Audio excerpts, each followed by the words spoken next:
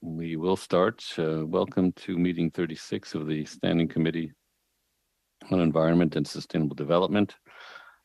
Today we're dealing with Bill C-248, an act to amend the Canada National Parks Act, Ojibwe National Urban Park of Canada, and which was referred to us on June 8th, 2022. More specifically, we are doing clause by clause today, and we have replacing Ms. Collins, we have Mr. Bachrach. Nice to have you back with us, Mr. Bachrach. We have Mr. Benson replacing Mr. Kitchen. We have Mr. Lewis replacing Mr. Couric, and we have Madame Vignola replacing Madame Posé. As witnesses, we have the sponsor of the bill, Brian Massey, MP Windsor West, and from Parks Canada, we have Andrew Campbell, Senior Vice President Operations, and Caroline McIntosh, Executive Director, Protected Areas Establishment Branch. So I think that covers all the niceties, and I guess we can go, unless I'm missing something. We can go straight into clause by clause. We have two proposed amendments, Liberal 1 and Liberal 2. I don't know who will be proposing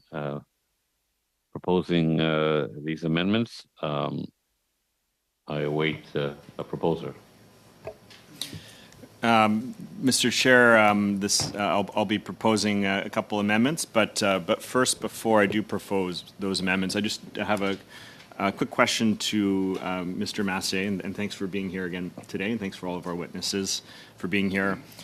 Could you assure the committee that with 100% confidence that there are no private, municipal, or provincial encumbrances on the lands that are referred to within this bill? Mr. Massey? Not that I'm aware, and if there were, then these things could be worked out later on if there is negotiations that carry out. And I think that's one of those reasons that we have the amendments in front of us and why I support the amendments, because it provides some more flexibility and clarity to allow those things to be worked out. And I'd just like to ask the same question of Parks Canada, if that's possible. Yeah, thank you. And so we have not done the study area to look and make sure that there are no encumbered titles within it. So at such time as the act would pass, immediately all of the areas within the act or within this bounded area would become part of a national park, which would mean if there are private lands, and I'll give you a quick example, if you wanted to put a doghouse in your backyard, you would have to go to the field unit superintendent and ask permission. If you wanted to put a trap out for a mouse in your backyard, you would again need to go to the field unit superintendent for permission. If you were the provincial government, you would have to go to the field unit superintendent for permission to do anything within the Ontario lands, and the same would be the case with the Windsor lands. So immediately upon force, that would all, upon passing, that would all come into force. And if I could, there's no private lands. Thank you. So just maybe operationally, with that in mind, what would that mean for, should this bill pass, what would it mean operationally for it? So again, because we don't know, and some of the boundaries do abut private lands, so we don't know whether, you're out by a coordinate or two. So first of all, it's speculative to say that there would be private lands or there would not, but we would have to administer the act as written, which would mean in all of those areas that Parks Canada would have administration and control, even though we would not have ownership. So it's a bit of a strange legal piece that very few times would you ever have a piece of land where you would have administration and control where you wouldn't have ownership. Okay. But in this case, that would be the case. Yeah, sure. Yeah, I just want to take a little it's not speculative in terms of the geography that was done. It was done by all the experts, and it was done by the geography of the city of Windsor, the province, and the process. So if there is a mistake, that's one of the reasons we have, again, the amendments. But it's not speculative. I mean, it's just, you know, I think that's a pretty harsh term. One microphone at a time, please. These as all known public lands from the city, the province, and the federal government to be assembled. So we feel fairly confident on that, but that's, again, why the amendments are there to provide that flexibility. No, and I very much appreciate that, and just my concern is that it does seek to add lands under the Canada National Parks Act, which the federal government doesn't at this point have a property interest in. And so I'm just a little concerned that it won't follow the appropriate procedures, and that's one of the reasons why I think these amendments are very important, just to mitigate against that risk. So. Thank you. Okay, well, maybe, Mr. Chair, with that, sorry, go ahead. Yes, go ahead. Would you like to propose an amendment? Sure. So I have two amendments. The first one I would like to propose is was shared to the committee previously. It's entitled, or it falls under the reference 120536664, and this reads that Bill C-248 be amended by adding before line 4 on page 1 the following new clause. The Canada National Parks Act is amended by adding the following after section 38. 38.1, subsection 1, which states sections 8 and 22 of the Rouge National Urban Park Act apply in respect to the Ojibwe National Urban Park of Canada with any modifications that the circumstances require. Subsection 2, in the event of a conflict between Section 8 or Section 22 of the Rouge National Urban Park Act as they apply to the Ojibwe National Urban Park of Canada and this Act, the provisions of this Act shall prevail. That's the text itself. The importance of this is that the amendment would amend the bill to reference specific provisions of the Rouge Act to apply to this bill. That includes establishing an advisory committee, as well as incorporation by reference of different levels of government laws and bylaws that would still apply in the park. Okay, thank you. So I'd say it's hard for me to see if anyone wants to speak to this amendment, but I'd like to.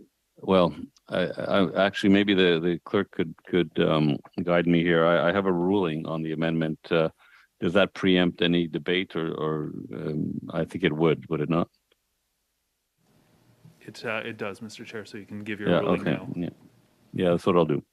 Okay, so Bill C-248 enacts the new Ojibwe National Urban Park of Canada by way of geographical descriptions. The amendment that we're talking about here, Liberal one, seeks to apply Sections 8, involving the creation of an advisory committee, and Section 22, involving incorporation by reference and regulations of the Rouge National Urban Park Act to the provisions of Bill C-248, which would be new concepts not envisioned in the bill.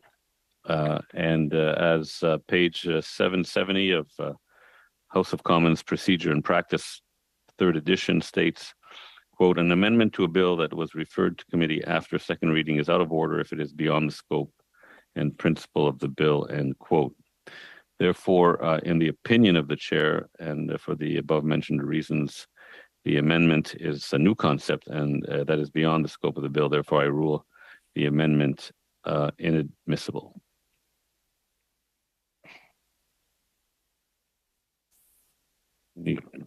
I don't see anybody. Does anyone? Again, it's hard for me to see if there's someone in the room that has their hand up, but I don't see anyone on screen with their hand up.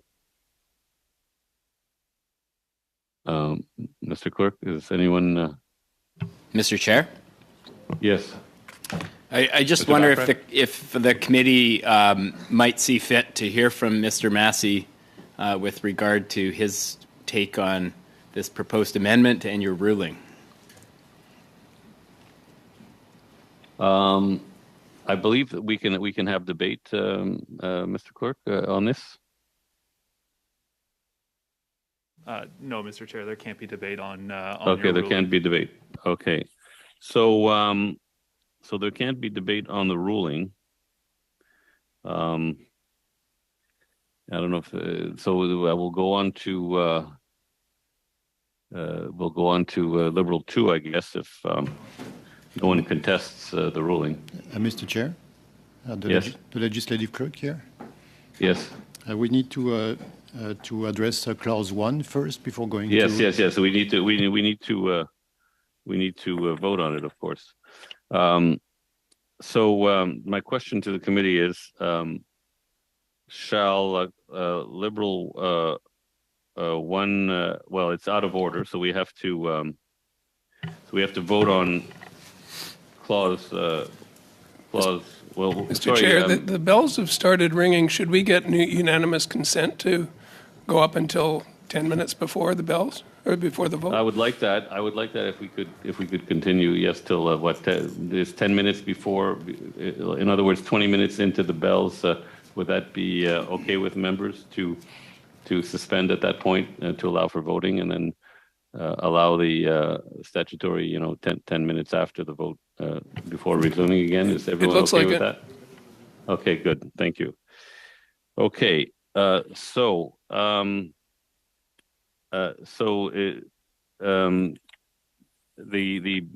amendment is inadmissible. So we go now to do we go now to Liberal 2? Is that the procedure? No, Mr. Chair, we have to go to shall clause 1 carry?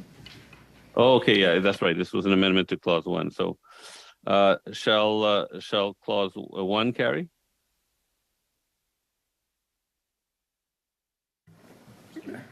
Again, I can't. Are we Okay. voting on this or? No, I had my hand up. Okay, go ahead, Mr. Longfield. I think because we've just voted to not have the proper oversight on Clause 1, I wonder about the Walpole Nation, whether they're included in the geographic boundaries. It sounds like not, even though they're directly adjacent to the lines. So for that reason, I wouldn't be supporting it. Okay, but okay. So anyone else want to? Anyone else like to speak to Clause 1? Pardon. Excuse me. I won't speak about Clause 1, but quickly I would like to remind my colleagues that they should lean into their microphones so that the interpreters could hear them and therefore allow me to get the translation. So are there any other comments regarding Article 1? Unless there are hands up that I can't see, I rely on the clerk to point out if that is indeed the case. I see no hands up. Have a hand up.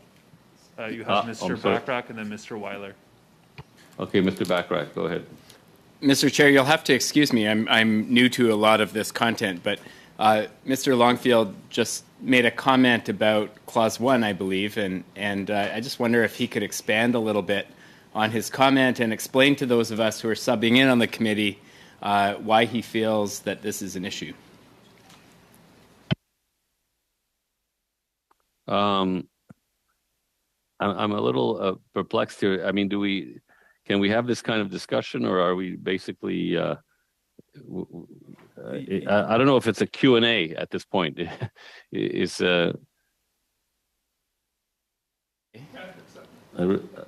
I don't know if it's really a Q&A, but Mr. Longfield, go ahead if you want to give a short answer. I think Mr. Weiler was up next. Okay, Mr. Weiler. Sure. Thank you, Mr. Chair. I mean, I think the concern about this, and this will be noted in the next amendment that I want to bring forward in this. It relates to the coming into the force of this act and ensuring that we do have appropriate processes that will have taken place to ensure consultation and, where appropriate, accommodation of all the potentially impacted First Nations, which includes the Walpole First Nation that Mr. Longfield mentioned as well. And so that was the idea behind the second amendment that I will be putting forward very shortly, but we'll be voting on this one before having the ability to debate and potentially vote on that one, which would, and I'll be getting ahead of myself here and our committee here, but ensure that there is the appropriate space for that process to take place before this act would come into force and before the park would be established. Are there any other speakers? Mr. Longfield, did you have your hand up? Or are you passing? Or? Sorry, I can't hear. There are no more speakers, Mr. Chair. Okay, so we'll go to the vote. So shall clause 1 carry as the vote? Mr. Dogood. Against, Mr. Clerk. Mr. Longfield. Against. Ms. Taylor-Roy. Against. Ms. Thompson. Against. Mr. Weiler. Against. Mr. Deltel. For. Mr. Benson. For. Mr. Lewis. In support. Mr. McLean. In favor. Madame Vignala.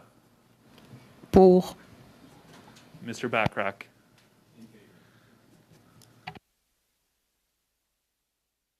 6 yeas, 6 pour, 5 nays, 5 contre. Okay, so the clause carries. We'll go now to Liberal 2, Amendment Liberal 2, which is for a new clause 2 and 3, I believe. Who is proposing Liberal 2? Mr. Chair, that's myself again here. I'd like to move amendment reference 1205346. It reads as follows, that Bill C-248 be amended by adding after line 28 on page 20 the following new clauses. Amendment of park description. Section 2, the governor and council may by order amend the description of the Ojibwe National Urban Park of Canada set out in Schedule 1 of the Canada National Parks Act as enacted by Section 1 of this Act by altering the description of that park to remove any land on which His Majesty in the right of Canada does not have title to or an unencumbered right of ownership in the lands within that park, as well as Section 3, which relates to coming into force. It states that Section 1 of this Act comes into force on a day to be fixed by order of the Governor and Council, but that day must not be before the day on which the Governor and Council is satisfied that subsection A, His Majesty in right of Canada has title to or an unencumbered right of ownership in the lands to be included in the park. Subsection B, the government of the province in which these lands are situated has agreed to their use for that purpose. And subsection C, the government of Canada has held meaningful and effective consultations with the Caldwell First Nation and the Walpole Island First Nation and has provided accommodation where appropriate. And so that's the actual text of the amendment. The rationale behind this is that it will allow the coordinates to be amended as necessary. And as I mentioned before in response to the question that Mr. Backrack brought up, is that it will provide the timeline for the coming into force of this act to enable proper consultation for all the potentially impacted First nations where they might be impacted by the acquisition of the land that will be within the traditional territory of that nation. But also it allows for it provides for provincial land not to be transferred to the federal government without the prior agreement of the provincial government as well. Thank you. Thank you, Mr. Weiler. You'll be interested to know that I have an opinion on this amendment, proposed amendment as well. Bill C-248 enacts the new Ojibwe National Urban Park of Canada by way of geographical descriptions. The amendment seeks to add a power to the governor and council to alter the boundaries of the park by order in council, and also to provide for a coming into force of the bill conditional to certain events to happen, both of which are new concepts not envisioned in the bill. As House of Commons Procedure and Practice, 3rd edition states on page 770, an amendment to a bill that was referred to committee after second reading is out of order if it is beyond the scope and principle of the bill. That's the first thing. But if we go to pages 773 and 774 of House of Commons Procedure and Practice, 3rd edition, you'll see the following, and I quote, an amendment intended to alter the coming into force clause of a bill, making it conditional, is out of order since it exceeds the scope of the bill and attempts to introduce a new question into it. So therefore, in the opinion of the chair, and for the reasons stated above, the amendment brings two new concepts foreign to the bill. Therefore, the amendment is inadmissible.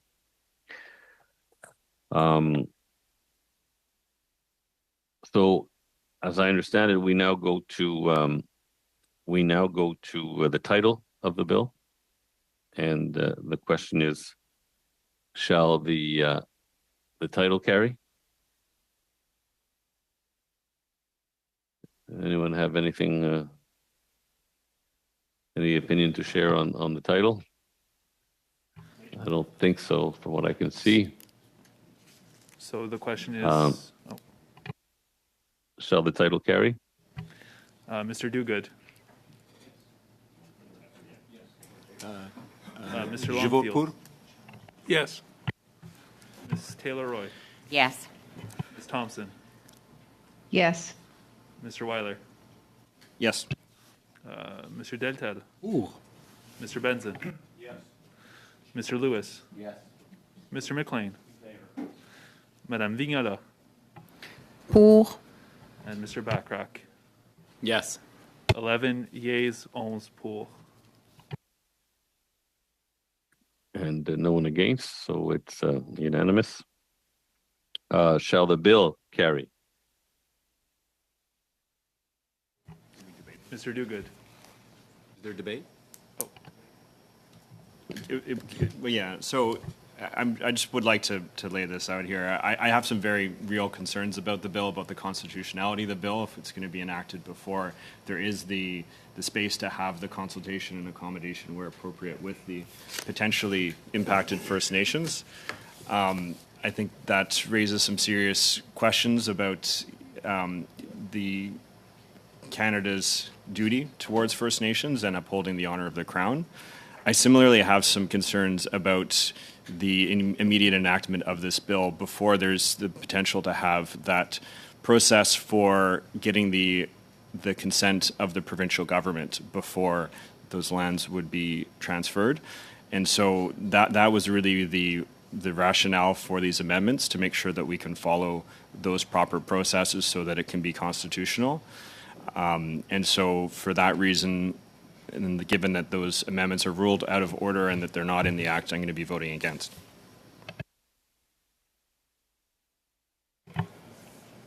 Does anyone else wish to intervene? Yes, thank you. Yeah, I do think those are both serious issues. I think we all agree that this park is a good thing. This is a great thing for us to create, but I think the way we're doing it right now, I think it does call into question both provincial rights and Indigenous rights, and I don't know how we can proceed without being assured that those things have been appropriately consulted, and we really don't have assurance of that. We did not have Walpole First Nation here, so I can't vote for this in good conscience because I don't think we fulfilled our obligation as parliamentarians. Thank you. Okay, thank you. Anyone else? Question directive, Monsieur le Président. I have a question, Mr. Chair. I appreciate everyone's comments, and I think we all have the right to share our opinion. It makes sense that we can do it. But here we have a colleague that probably has a lot to say. I know he's here as a witness and not as a member, but I would like to have consent to hear his opinion. He is the sponsor of the bill. He's with us. He's here. He's in front of the mic. I think he has things to say. Do I have consent of the committee to allow Mr. Massey some brief comments? I don't see any objections. Mr. Massey, could you be very brief? Thank you, Mr. Chair, and thank you to the committee members and your concerns. First of all, these amendments were prepared by the Minister's office. So I'm a little bit surprised coming here to find that they'd be ruled out of order and due diligence wasn't done that. It was done in complete cooperation over the last number of weeks, including the last few days. That included minister staff. So it seems unusual that I would show up at committee today and find that these amendments, which are largely redundant in many respects and appeared more to be putting lipstick on a pig with the position that the Liberals had about this versus that of actually sincerity of actually getting things done. And on top of that, the suggestion that First Nations has not been consulted is when they sat in this very place right here in terms of a witness with Chief Mary Duckworth and Caldwell First Nations as rights and title holders of the land suggests that there wouldn't be First Nations consultations I think is disingenuous at best. So I have tried hard to try to find and build bridges in this, even after the last vote in the House of Commons where there was still a lot of misinformation. Bottom line is, at the end of the day, is that we have limited opportunities in this House. And that's why I went out of my way to work with the Minister's office, to have several meetings, including the Parliamentary Secretary, and to have the Liberals come here today and not be prepared even to challenge the chair or a decision is rather perplexing. I've only spent 20 years here, but I know what goes on. And I can tell you this much. When we have so many problems going on and so many issues, to hear people talking about how we all want the same thing done, but we just can't do it for some other technical reason or some other thing that's already been covered over is very surprising and disappointing. But I'll continue to go on, and I hope that perhaps the government will change its mind. I'll conclude with this, Mr. Chair. My first statement in the House of Commons after the vote against it, when I had some Liberal members support it, was actually to work together. And that's where I'll continue to try to go, because there's 200 to 500 endangered species in Canada here, and I appreciate my colleagues' interest in this, but I'm rather shocked and surprised that after trying to work with the government over the last couple of weeks, we come here and this is what would happen. But here's an opportunity to see if the bill will pass and get your bill back into the House. So the question for the committee is, shall the bill carry? Mr. Chair, you still had a few speakers on the list. You have Mr. Lewis, Mr. Weiler, and Ms. Taylor-Roy. Okay. Yes, okay, Mr. Lewis. Well, thank you, Mr. Chair, and I'll be brief. I just wanted to let the committee know that I along with Mr. Massey, have done extensive consultation with the Mayor of LaSalle, with the Mayor of Windsor, with the residents that back up to this piece of property. I am yet to find one person, not one person, that isn't in complete support of this proposed legislation. So I raise my glass to Mr. Massey for doing all the work and all the heavy lifting along the way. Discouraging, perhaps, I can only imagine, Mr. Massey, but I will tell you with full confidence that I'm quite confident that it's the best thing for the region, it's the great thing for Canada, and Conservatives will be supporting. Thank you, Chair. Okay, is it Mr. Weiler next? Mr. Weiler, Ms. Taylor-Roy, and Madame Vignala. Okay, go ahead, Mr. Weiler. Yeah, and I don't want to dispute that we had one of the impacted First Nations that was here today to speak in support of that, and I think that's a very powerful message. But we didn't have the other First Nation that would be impacted by this, and that should be concerning to all committee members here. I think everybody around this table wants to see this park established, and in fact there is an ongoing process just to do just that very thing. The concern here is just about passing a bill that could be unconstitutional and that wouldn't reflect the honor that we need to the duty that we have actually is with the relationship we have to First Nations. So I just wanted to say that. I am certainly disappointed that these amendments were ruled out of order, but I'll just leave it at that. Okay, thanks. Ms. Taylor-Roy? Yes, thank you, Mr. I take offense at the insinuation that we're doing this for some background reason. I'm not at all. I agree with you. I'm obviously concerned about our environment and biodiversity as well. And there's nothing background going on. But quite frankly, we do all want this park. And we know that this is already in process, but I feel like we have to follow the proper procedure. And we did hear from the Chief of Caldwell Nation. We did not hear from Walpole Nation, Okay. nor did we hear from any of the provincial counterparts. So I think we have to respect provincial jurisdiction as well as First Nations. I believe we need to suspend for the vote, and we'll come back 10 minutes after the vote. So I'll suspend now, and as I say, I don't have the hammer in front of me, but it's deemed, struck. Thank you.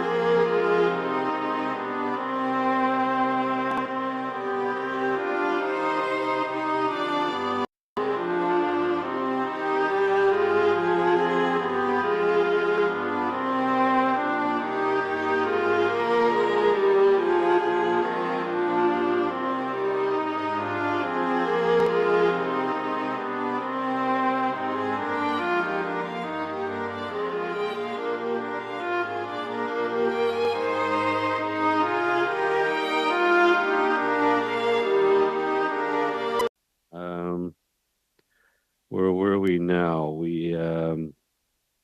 Yeah, we were at Madame Vignola, and Mr. McLean is after her. Madame Vignola, vous avez la parole. Madame Vignola, you have the floor. The microphone is not on. Thank you, Mr. Chair.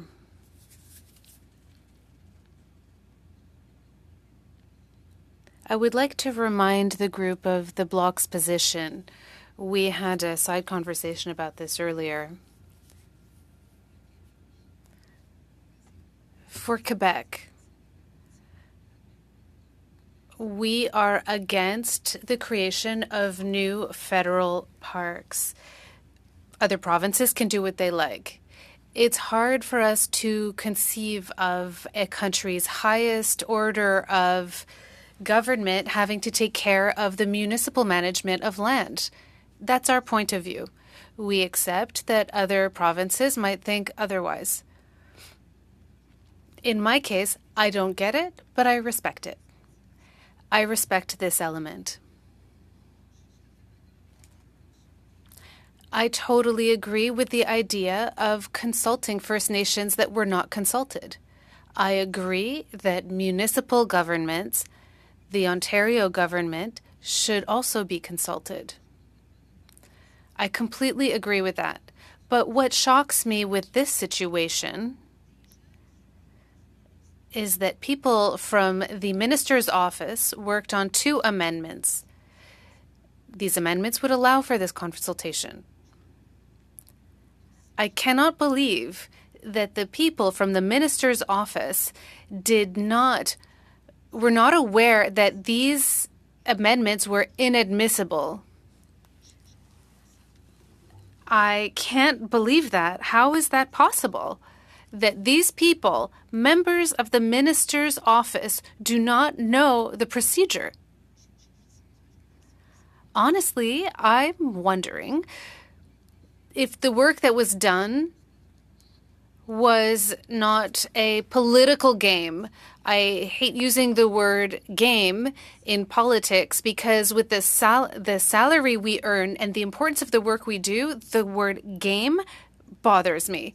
But that said, I hope that this is not a political game that aims to discredit a member and to grant the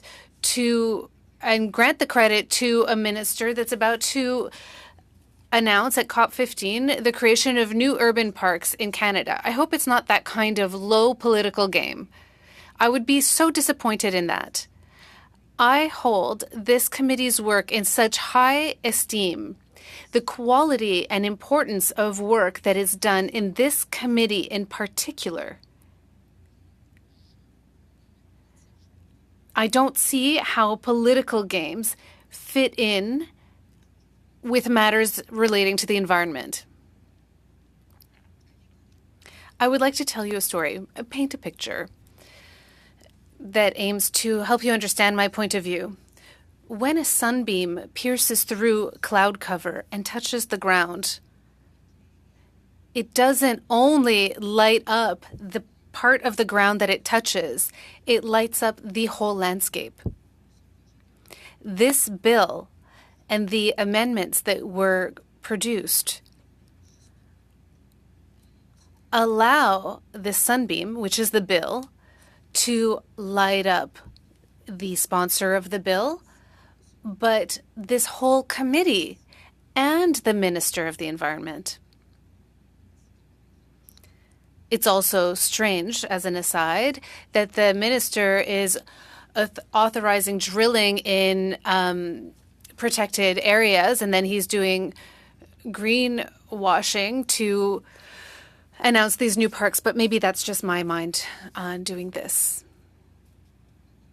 So here and elsewhere, whether it's in this committee or in the House, we're not here for our own glory. We're not here to outshine each other. We're here for our citizens. And we are here for the citizens that haven't even been born yet, and that's especially true in this committee. We are not just working for the people of today. We are working for the next generation. So I hope that the work that was done by the minister's office was not an entirely deliberate waste of time that aimed only to take away credit from one person, the credit of this bill for the personal glory of another person. I hope that that's not what's going on. I hope that the work that was done in good faith. I don't understand how so much work was put into this only to have it withdrawn. I wonder what other means can be used for us to adopt these amendments so that they could be put forward and get the agreement of the interested parties, the First Nations that were not consulted, the municipal and provincial governments.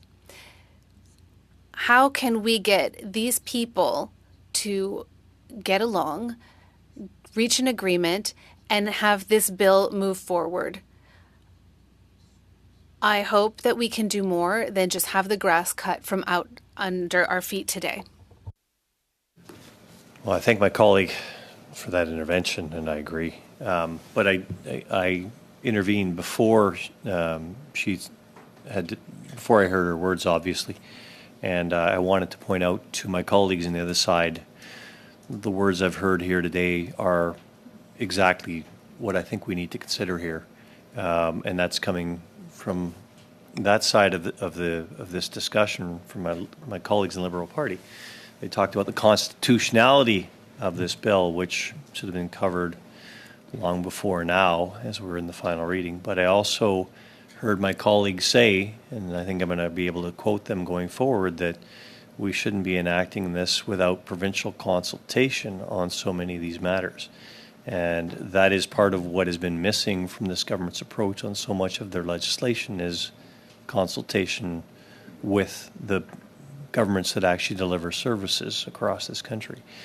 So I will recall those, and I will bring them up repeatedly in this committee's discourse, but I want to make sure that they know that they can't say this in one instance regarding this legislation and then ignore it in the rest of the legislation that they're moving forward through this House and through this committee. And I'll rest on that, Mr. Chair. Thank you. Thank you. Are there any other speakers? I can't see from here, but maybe Mr. Clerk, you could tell me if anyone else is lined up. You have Ms. Taylor-Roy who has her hand up. Okay, go ahead, Ms. Taylor-Roy. Thank you. Just very quickly, I'd like to thank Madame Vignola for her comments and Mr. McLean. And I just wanted to ask one question, because I think what was called into question is whether we all want this park to actually come to be, and I believe we do. I know I do. Could I just ask Parks Canada whether this very park is actually being considered? Is this actually underway right now? And what stage are we at? Thank you. Thank you for the question. So we have people on the ground right now in Windsor from our team that are actually actively in consultations, and they have been for over a year. We have a policy designation process that is intended to establish new national urban parks across the country, and we are well underway with the pre-feasibility phase of Windsor. We also have secured an agreement with, we have an MOU in place with Transport Canada so that the most sensitive lands, the Ojibwe Shores piece of land, is effectively managed right now. It is not officially protected, but it is being reserved to be transferred to this eventual national urban park. We do have an urban parks policy draft that is in consultation. It will be released for public consultation shortly. And I think it's important to understand that we have launched the the National Urban Parks Program was really only launched in 2021. And the team has made remarkable progress in a very short period of time to formalize a policy, prepare it for public consultation, which is imminent, and also advance projects across the country in 5 different municipalities where we're actively working through the finalization of the pre-feasibility stage. It includes consultation with the relevant First Nations, with NGOs. Provincial parties are at the table. There's a partner committee for Windsor in particular that includes members of all those different groups. And we are actively working with both Caldwell and Walpole First Nations to support their participation in the process. And we expect that upon establishment of the agreement for the National Urban Park, we are pursuing co-governance with First Nations to ensure that Please turn off the microphone of the MP. urban park that is on their traditional territory. So, thank you. Okay, is there anyone else on the list of speakers? I see no other speakers in the room, Mr. Chair. Okay, so can we proceed to vote on the bill? I don't think we've done that. We voted on the title. So the question, Shall the bill? Yes. the question is, shall the bill carry? Mr. Duguid. Je vote contre. Mr. Longfield. Against. Ms. Taylor-Roy. Against. Ms. Thompson. Against. Mr. Weiler. Against. Mr. Deltel. En faveur. Mr. Benson. Mr. Kirk. I vote in favor. Mr. McLean. Madame Vignola. Pour. Mr. Backrack. In favor. 6 yeas, 6 pour, 5 nays, 5 contre. Okay, so shall the chair report the bill to the House? Oui. Sorry, I can't. Do we do a roll call vote on that, or? You have agreement in the room, Mr. Chair. Okay, great. That's wonderful. And of course, we don't need a reprint of the bill because it wasn't amended. Is that correct? Yes, Mr. Chair. Oh, good. Okay. Finally getting the hang of this. Now, in terms of our next meeting, I had sent out a notice to suggest that we continue with the review of the first draft of the fossil fuels report, the report from the study. That was my understanding that thank you to the witnesses. Thank you to the witnesses. I see they're leaving. Thank you for your input. So I assume, should I assume that this is the will of the committee that we proceed to the fossil fuel study on Friday? Any comments?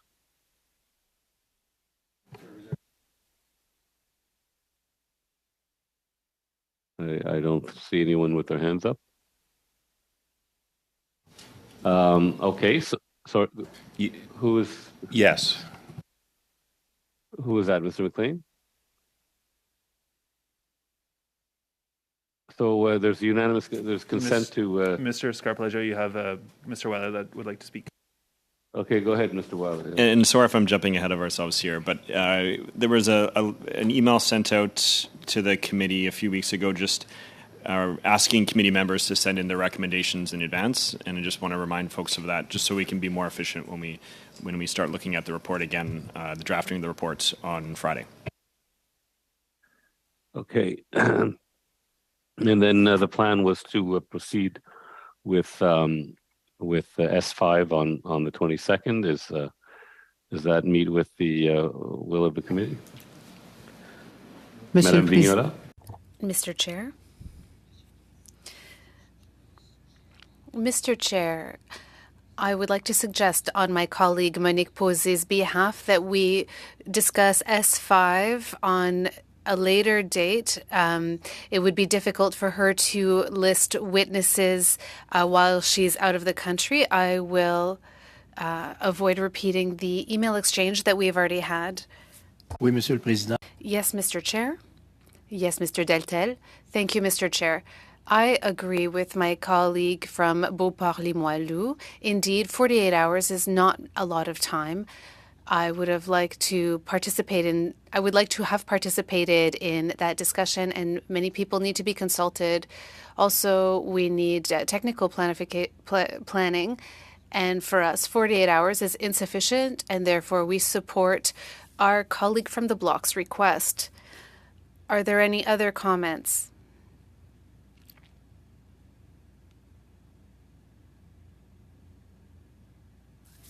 Is somebody, I can sort of see somebody's, It's yeah, Mr. Longfield?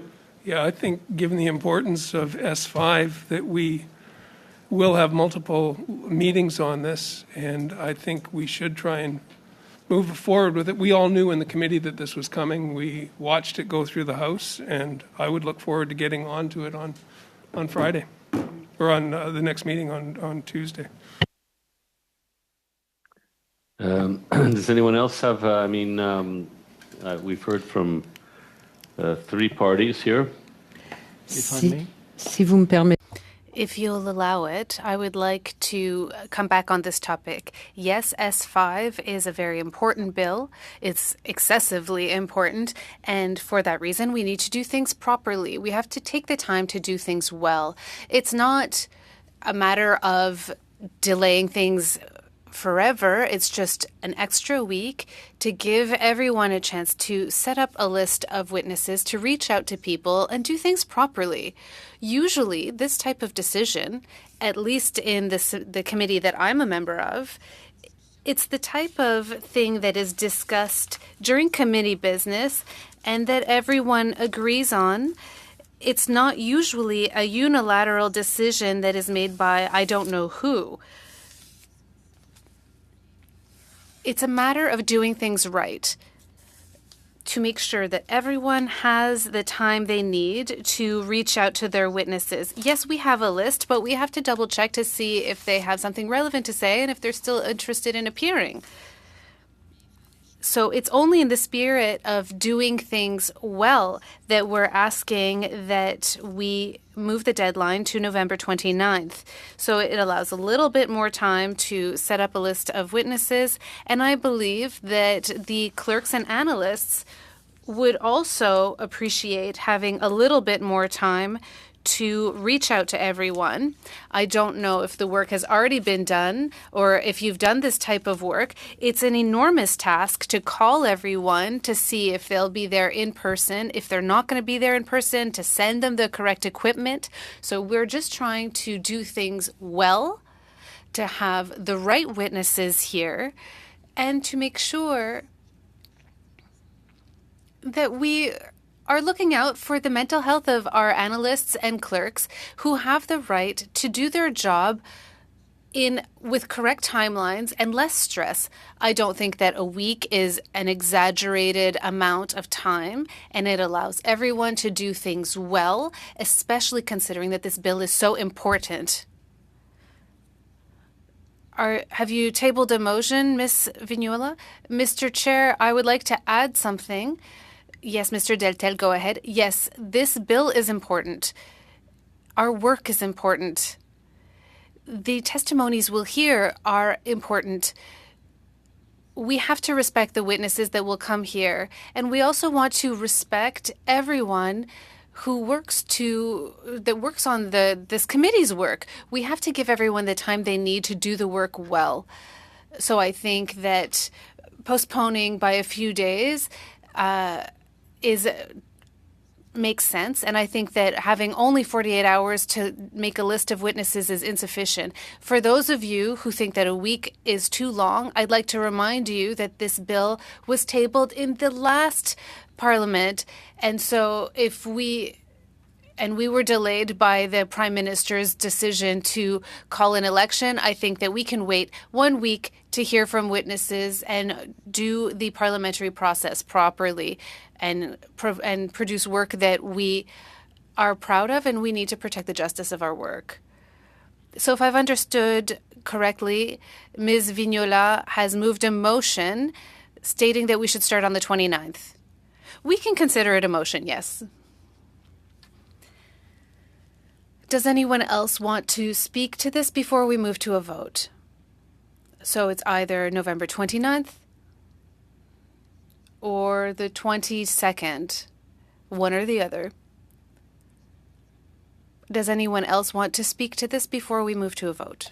You have Mr. Couric, Mr. Chair. Mr. Couric, you're back. Okay. Thank you, Chair, and I think that and forgive me being new to a vice chair role, but I was surprised in the meeting prior to the break when the Liberals moved to adjourn the meeting when committee business was scheduled at the end, and it came as a bit of a surprise. We have been and are continuing to work on S5, but I think it is. I would hope that we can find that collaborative spirit that I'm told is important at this committee to ensure that we can find that path forward. And I think the 29th, especially since a week was lost because of that early adjournment, a little over a week ago.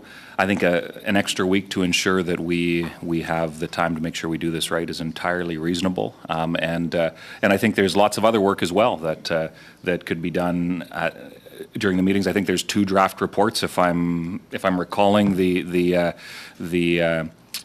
schedule properly. So I think there's lots of things that can be done. So with your, I would support the motion, but I would hope that we could just come to an agreement as a committee that this would be a very reasonable path forward and fits the best interests of certainly where Conservatives are coming from, as Monsieur Dotel has said, but also the Bloc and our friend who's not here. So.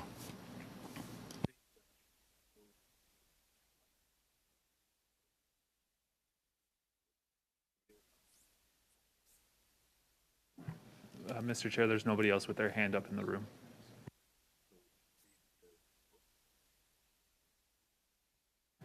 Je vais faire un pouce. I would also like to add on to what my colleague said. You have another important task that I will join you for, at least in part, and that is the report on fossil fuels. I think that report needs to be produced well so that we could be fully present for S5, which was carried unanimously in the House of Commons. So I don't think that there are going to be many political and strategic games to be played there. That's another reason for which I think we should postpone to November 29th.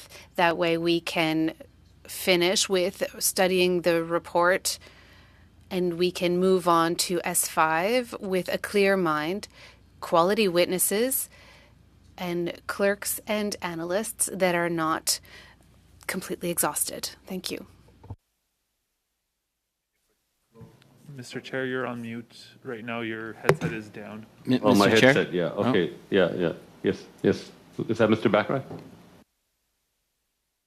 On behalf of our team, if I may, I think that the sense from our side is that the 22nd represents a good compromise. So on behalf of Ms. Collins, I'll be supporting moving forward in that way.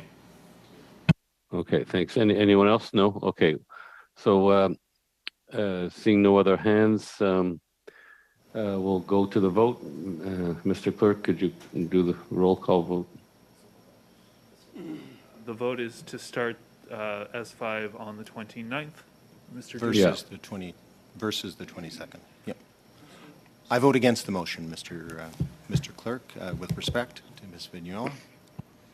Mr. Longfield. Against. Ms. Taylor-Roy. Against. Ms. Thompson. Ms. Thompson. Ms. Thompson. Oh, sorry, against. Mr. Weiler. Against. Mr. Deltel. En faveur. Mr. Benson. For. Mr. Couric. I vote in favor. Mr. McLean. For the motion. Madame Vignola. Pour. Mr. Backrack. Against. 6 nays, 6 contre, 5 yeas, 5 pour. Okay, so we won't be starting S5 on the 29th. We'll proceed as it was said in the notice that went out. We'll start on the 22nd. In terms of witnesses, a first round of witnesses for the panels for the 22nd and the I guess it's the 25th. We asked, I believe the clerk sent a note yesterday asking for some initial suggestions. That doesn't mean you can't submit others, but some initial suggestions by what was it again, Alex? Tomorrow at tomorrow morning or something like that? It was tomorrow at 10 a.m. Tomorrow at 10 a.m. So please submit some names, and then, but of course there'll be an opportunity to submit more names as we for the meetings that for the many meetings we're going to have on this. Thank you for today's meeting, and we'll see everyone on Friday to continue with our review of the fossil fuels, the study for the report from the fossil fuels study. Do I have anyone? Would anyone like to call for adjournment? I call for adjournment, Mr. Chair. That sounds like Mr. Dogood. I think it looks like there's a consensus in the room. So meeting adjourned. Thank you.